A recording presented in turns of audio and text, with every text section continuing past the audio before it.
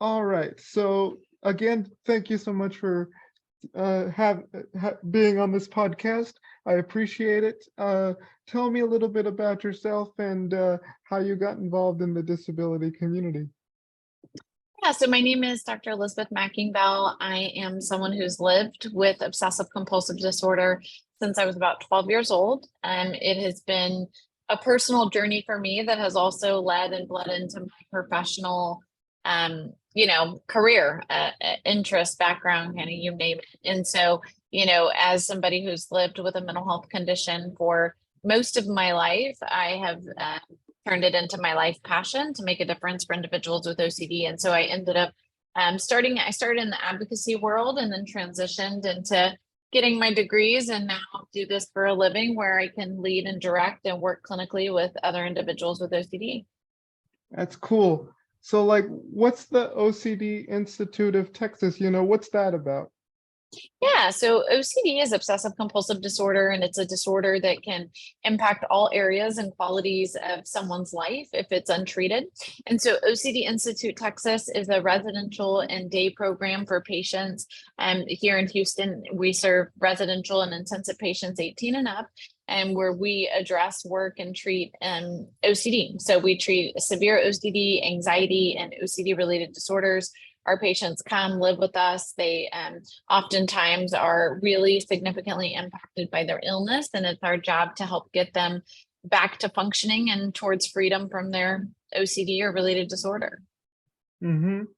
So my next question here is, what's been going on in the mental health community? Why has it, gone under the radar?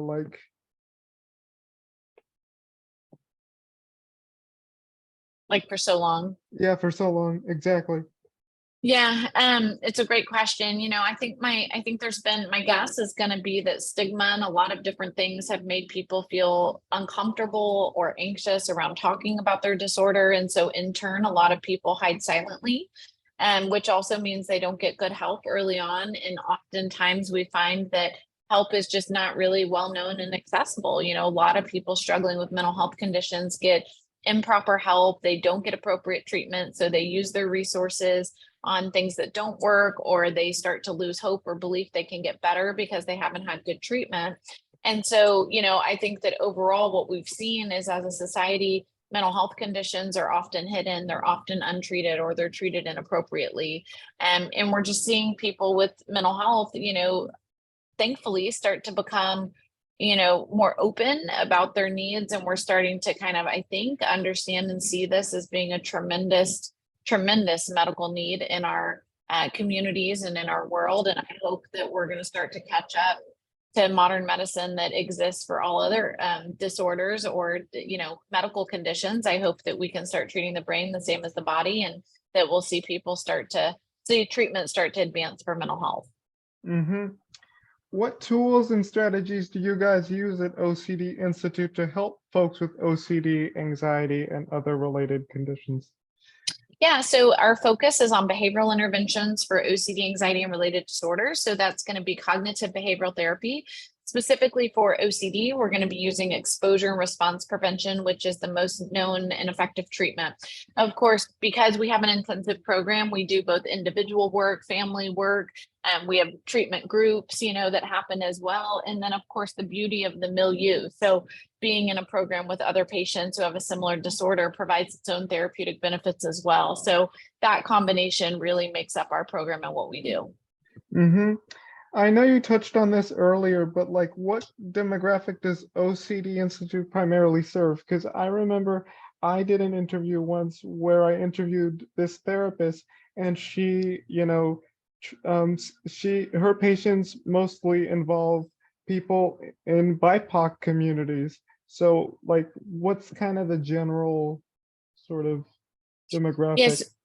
So we treat anyone who comes to our door, and it's our job to work to do what we can to help serve our patients effectively, if we can. And so, whether that means we may, offer some scholarships, or individuals are trying to help navigate the insurance process and getting insurance reimbursement, or of course, self-pay. It's really, if you're seeking OCD treatment at an intensive level, we want to try to work with you around that. But there is no, OCD impacts 50% males, 50% females. It impacts, all ethnicities, all cultural groups, and really 3% of the population worldwide.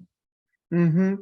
Lastly, what can be done to create a more inclusive and respectful environment to people with, mental illness, and mental health issues? Because, like you said, there's often a stigma associated with that. Yeah, this is such a great question because there's just such a big need. I think overall we can start treating the brain like we do the body and start treating individuals' mental health conditions the same way we do as a medical condition, and have a good amount of empathy and understanding that the individual doesn't want this. They wish they weren't dealing with this, and they want help and they need treatment. And let's work together to advocate and try to find them good, effective treatment, because with effective treatment, they can get better and they can learn to live an incredible life. And I also think that we need to help people understand there is evidence-based treatment. So how can we make sure people are getting the right treatment versus just any treatment? But overall, I think we need to have more empathy, and I think we need to create an environment where people feel safe to talk about their struggle, and we work together to help get them appropriate care. Mm-hmm. Yep, that's good.